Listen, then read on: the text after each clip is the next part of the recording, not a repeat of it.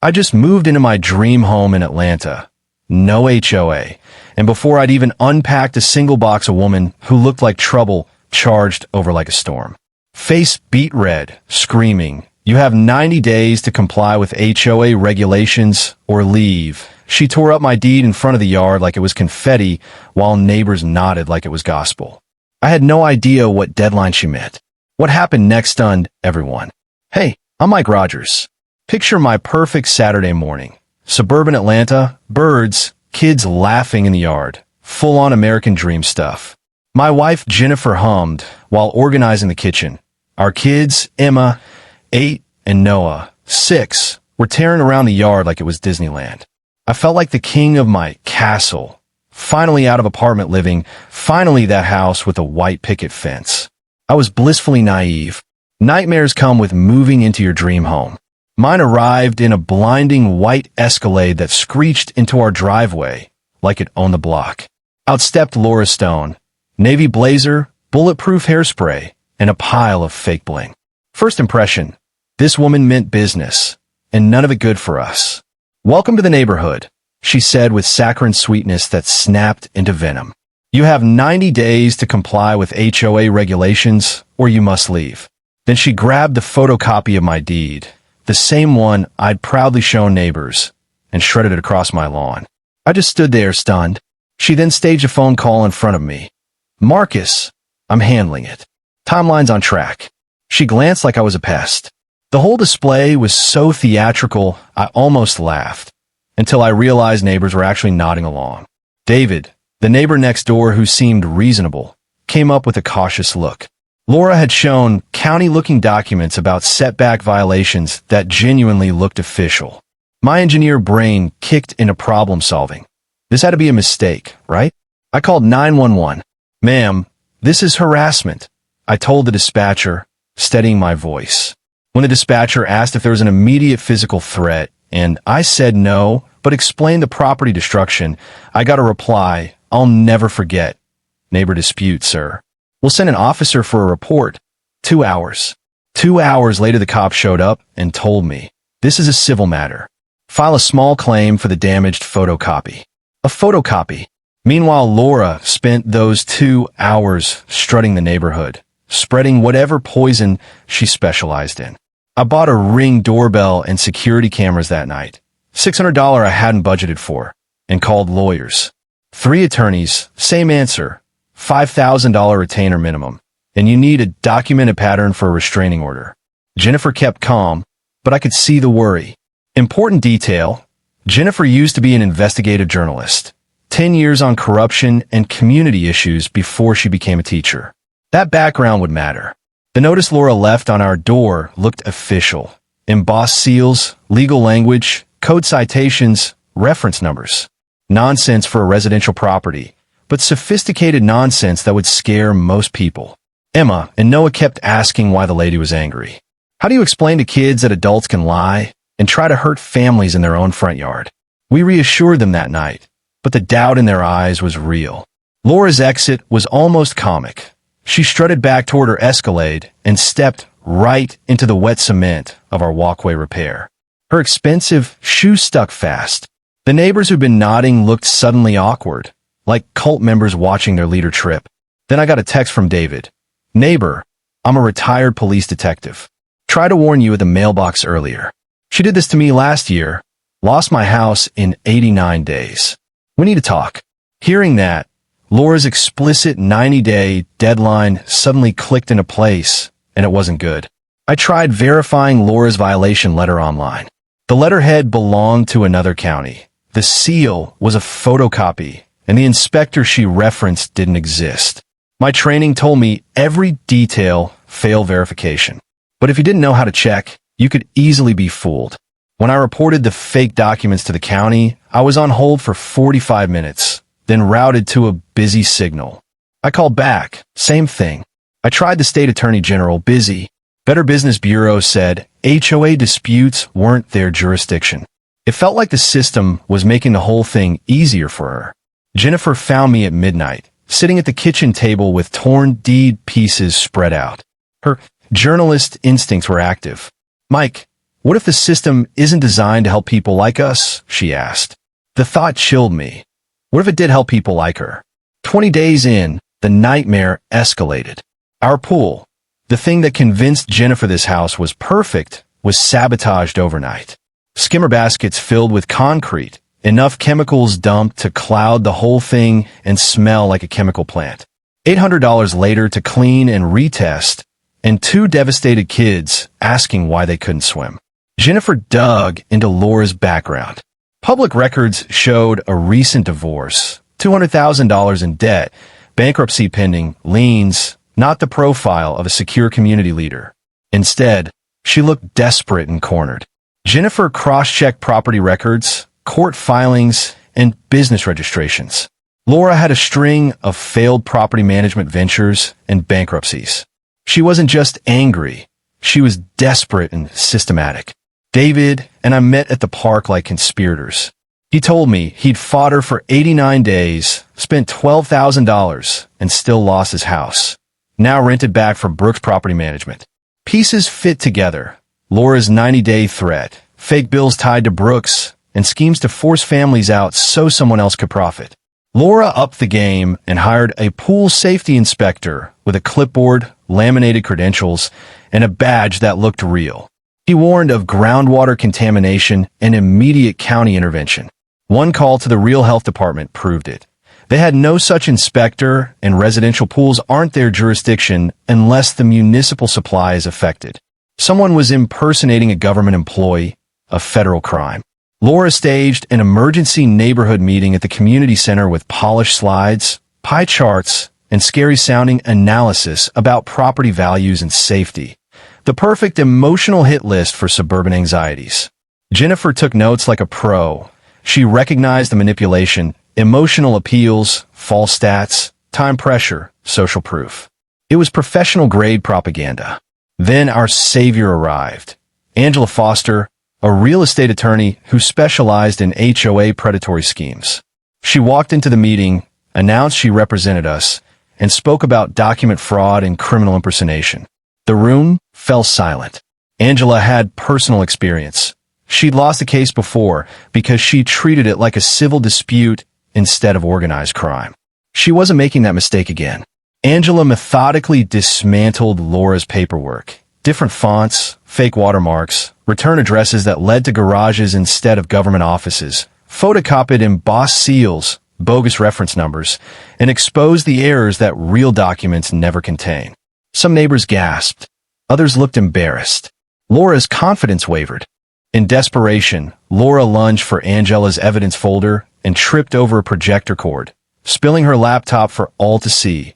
A desktop folder labeled Rogers Harassment Plan Phase 2 sitting beside folders like Wellington Timeline and Backup Targets.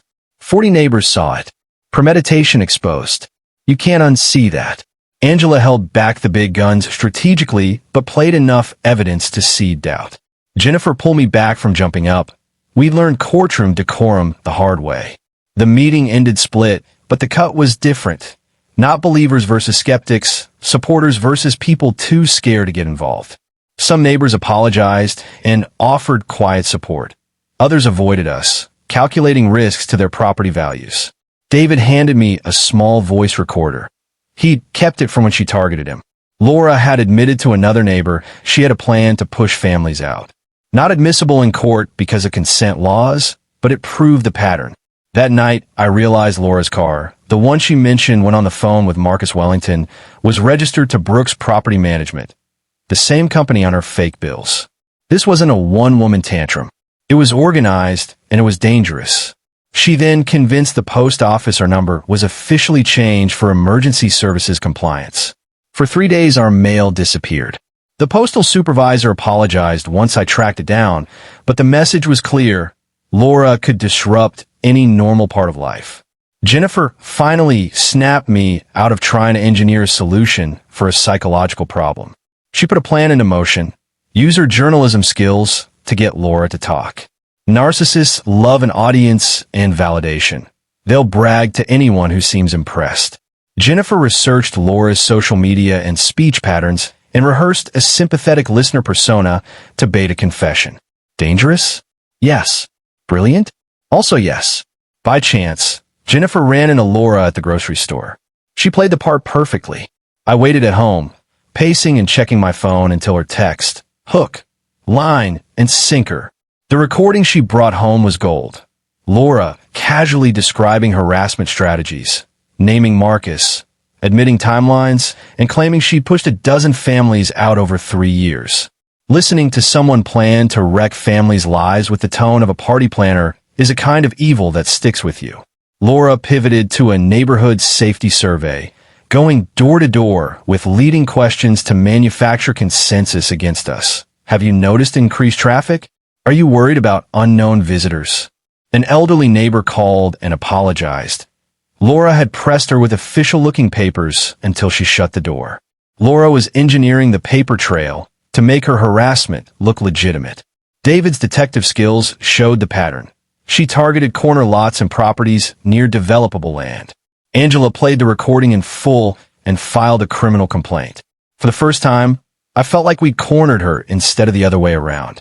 Neighbors compared notes. Barbara organized a neighborhood protection meeting and 23 families showed up with stories. Laura then hired a private investigator to document violations, photos, fence measurements, garbage can counts, backed by a $5,000 contract she couldn't really authorize. The investigator later refunded the money when he discovered she'd lied about her authority. Jennifer found old news articles showing similar disputes in other subdivisions. The pattern was unmistakable. Laura Stone, sometimes using other names, had been running these campaigns for years, always targeting properties with certain characteristics. Detective Harris, the cop assigned to our complaint, said it loud and clear.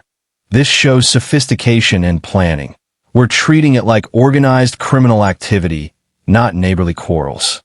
When authorities connected Laura to an alias, Linda Brooks, developer Marcus Wellington issued a denial claiming ignorance. That only confirmed how widespread and organized this had become.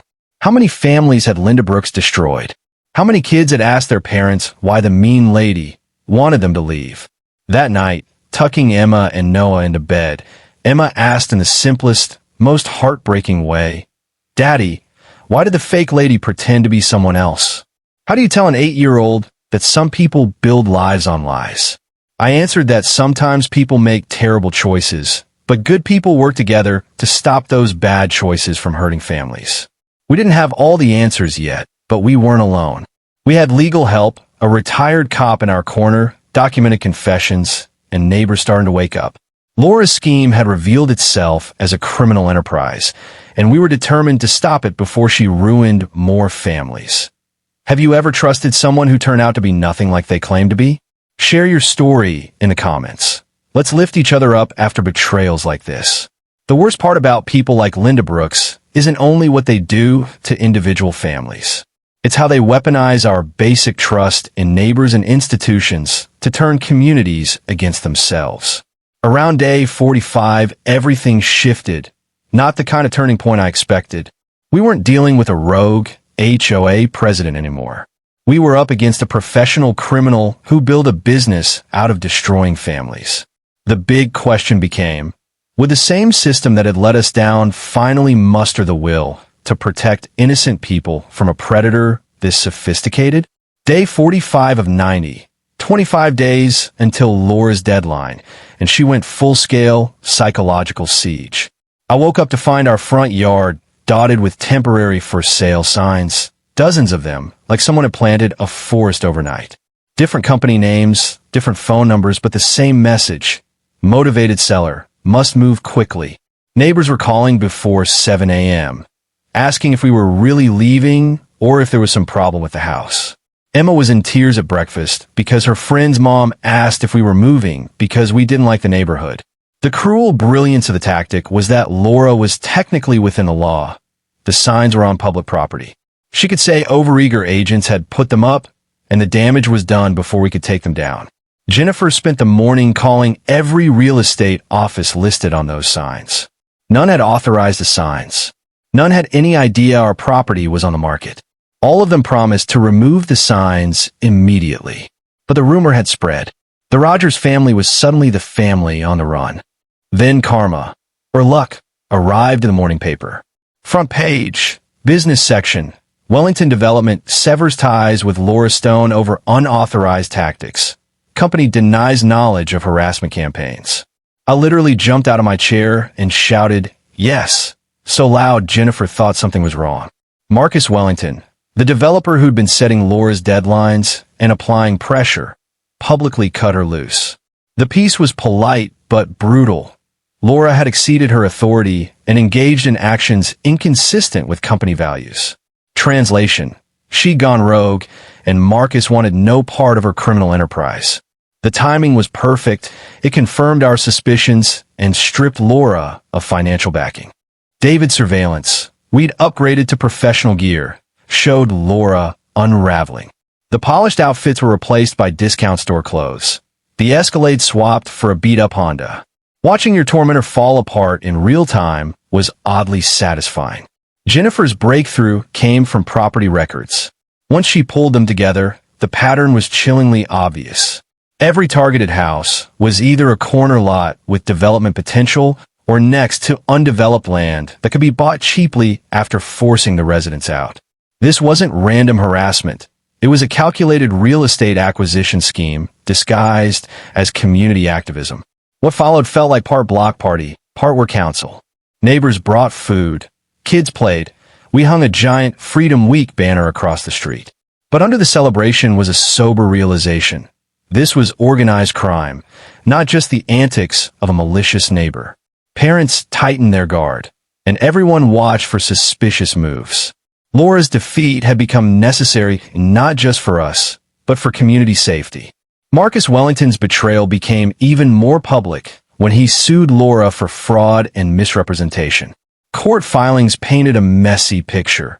He said he hired her as a community liaison, but got criminal harassment campaigns that exposed his company to liability. The partnership that enabled Laura was dead, and now actively working against her. Detective Harris expanded the investigation after federal agents got involved. She found systematic document fraud, fake seals, forged signatures, letterheads from fictitious departments. Laura had built an entire operation around impersonating authority. Then Angela got a call that flipped everything. Laura Stone was an alias. Her real name was Linda Brooks, and she had active warrants in Florida and South Carolina for the same schemes. The room fell silent. Angela didn't blink. "That gives us interstate pattern and intent," she said. Seeing the fake notices on our table as part of a traveling criminal routine changed our language. We stopped saying Laura and started calling her what she was, Linda Brooks.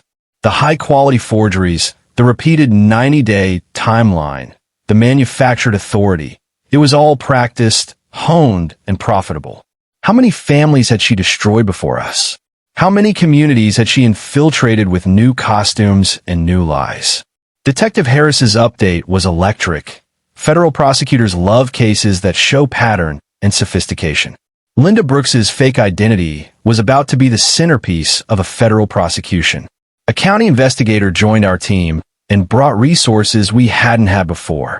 Professional document analysts confirmed the materials were made with high-end printing and design equipment. This wasn't amateur hour. Someone had poured serious money into making these cons believable. We were dealing with organized crime. By day 65, I finally felt a confidence I hadn't felt since this started. Linda Brooks was facing federal charges, state prosecutions, civil suits, financial collapse, and community rejection. The woman who had once seemed invincible because of manufactured authority was now exposed as just another criminal who'd run out of luck. Criminals adapt, though. They relocate, change tactics, and hunt new victims. My real worry wasn't her sentence. It was protecting future families. How many Linda Brooks are out there right now, preying on people who lack the resources to fight back?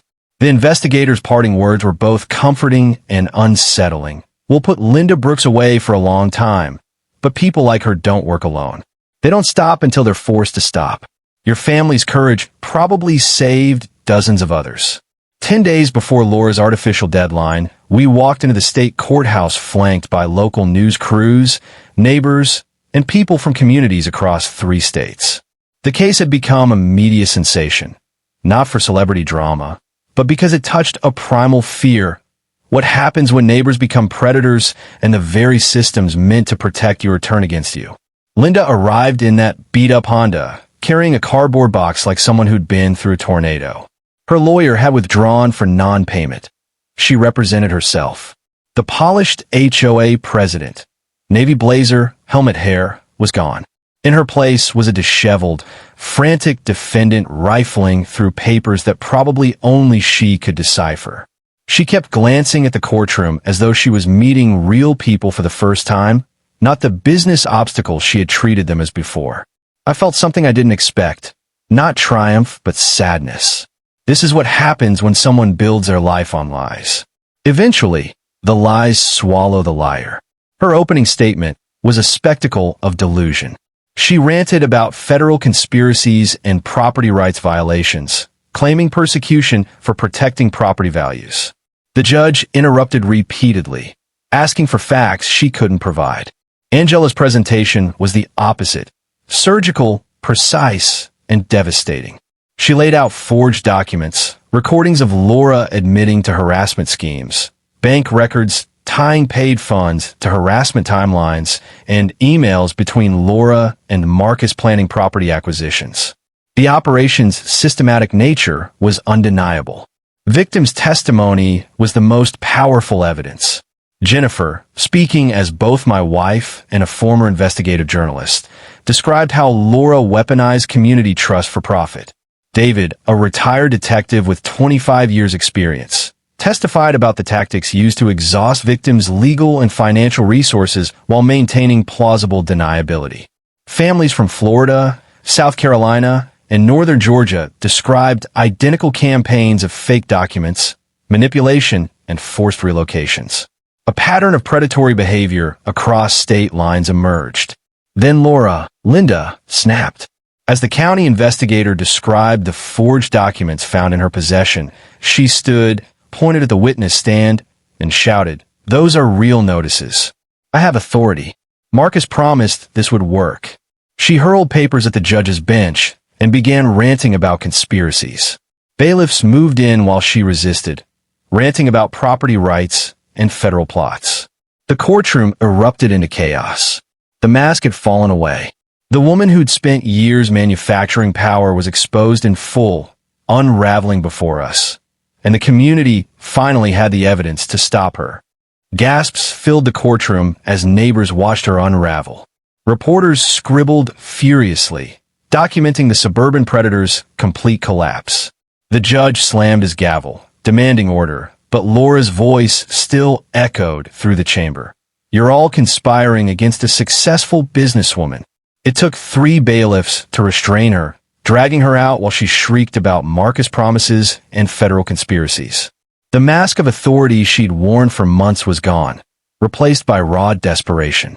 The woman who had orchestrated calculated campaigns of harassment was now reduced to a raving defendant hauled out by courthouse security. When it was my turn to testify, I focused on the personal cost. "Your Honor, investigators found Laura targeted our family with forged documents before we even moved in. She deliberately designed psychological torment for an 8-year-old and a 6-year-old for profit. This wasn't a neighborhood dispute. It was child abuse, weaponized for money." Jennifer squeezed my hand as I spoke, and I noticed several jurors quietly wiping away tears. The community statements that followed left no room for sympathy. Every one of the 25 Peachtree Commons families submitted written testimony. One neighbor summed it up best. "She tricked us into becoming part of the harassment. She made good people complicit in psychological torture." Then came Marcus Wellington's video deposition, cold and calculated. "I hire Ms. Stone for property consulting," he stated, "but her harassment tactics were unauthorized and unknown to my company. I terminated her contract immediately and am cooperating fully with authorities."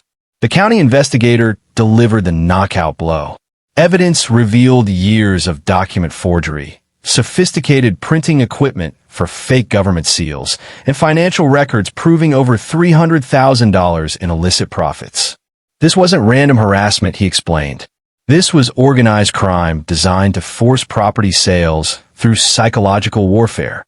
Angela's closing argument tied everything together with surgical precision. Ladies and gentlemen, Laura Stone is no community leader gone astray. She is a career criminal who turned neighborhoods into hunting grounds. She monetized fear, weaponized trust, and destroyed families for profit. This is not activism. This is organized psychological terrorism. Laura's absence during closing arguments, removed for contempt, spoke louder than anything she could have said. Her empty chair was the perfect symbol, a fallen manipulator, unable even to defend herself. The verdict came swift and merciless. Ms. Stone, this court finds you guilty of harassment, document fraud, and conspiracy to commit property fraud. You are sentenced to 18 months supervised probation, $75,000 restitution to victims, and a permanent restraining order requiring you to stay 1,000 feet away from the Rogers family. But her punishment didn't end there. Other states had pending charges. Federal civil suits were underway, and her record would follow her wherever she tried to start over. Outside, justice turned poetic. Laura attacked a cameraman, tripped on the courthouse steps, and fell straight into the decorative fountain. Cameras caught her soaked, screaming, and clawing her way out, a perfect image of suburban terrorism defeated. Yet, even drenched and disgraced, she pulled out a burner phone. Plan B, she hissed into it. It's time. The victory was intoxicating, but that chilling warning was a reminder. Predators rarely vanish. They regroup. They find new prey. Day 80 of 90, and Laura Stone, aka Linda Brooks, was officially convicted. But I couldn't shake one question. How many other Lauras are still out there, operating in quiet communities, waiting for their next victims? The real victory wouldn't just be her downfall. It would be making sure no other family had to fight this same war. That Brooks's conviction set off investigations in 4 more states where she had operated under different identities. Authorities were uncovering evidence of coordinated harassment campaigns that had targeted over 40 families across the Southeast. The courage her family showed in fighting back not only brought her down, but likely spared dozens of others from becoming her next victims. As day 90 came to a close, our block party celebration was interrupted by a phone call that reminded us why this battle mattered so much. Mr. Rogers, my name is Robert from Maplewood Estates. We're about 50 miles north of Atlanta. A woman matching Laura Stone's description just moved into our neighborhood under the name Linda Brooks. She's already targeting one of our families. When we search her background, your case came up, and we're hoping for your help. The realization that Laura was already hunting new prey wasn't shocking, but it was sobering. People like her don't retire when their schemes collapse. They relocate, adapt, and find fresh victims who don't know their past. The difference now was that communities were connected. Information spread instantly, and legal precedents existed to shut down harassment before it destroyed lives. The Rogers Defense Network, launched with Angela's help, immediately went into action.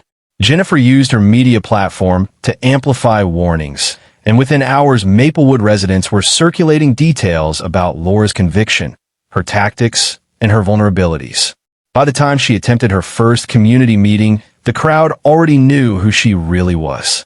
They voted unanimously to ban her from neighborhood involvement and rallied around the family she had marked. This was the power of connected communities. Google searches, shared records, viral news clips of her courthouse meltdown. Laura's tactics had been exposed, her playbook published for everyone to see. Still, as her neighbors left the party carrying leftover barbecue, I caught sight of something that reminded me why vigilance never ends. Laura was sitting at a bus stop again, her 4th relocation in under a year, talking into a phone, studying maps, and jotting down addresses. Even in defeat, even under probation, even with a criminal record visible to the world, she was still plotting. That image will stay with me forever. A predator stripped of power, but still scheming, searching for new hunting grounds. Because if there's one thing we learned, it's that people like Laura don't feel remorse, don't learn lessons, and never stop looking for vulnerable families. But we also learned something stronger. When neighbors unite, share knowledge, and refuse to bow to fake authority, predators lose their grip. Families who fight back don't just save themselves. They build a shield that protects everyone after them. Day 90 wasn't just victory. It was the beginning of something bigger. Justice had been served, but the real achievement was the defense network we'd built to guard other families from the nightmare we endured. Laura Stone's reign of suburban terrorism was finished. But the rise of suburban defenders had only just begun.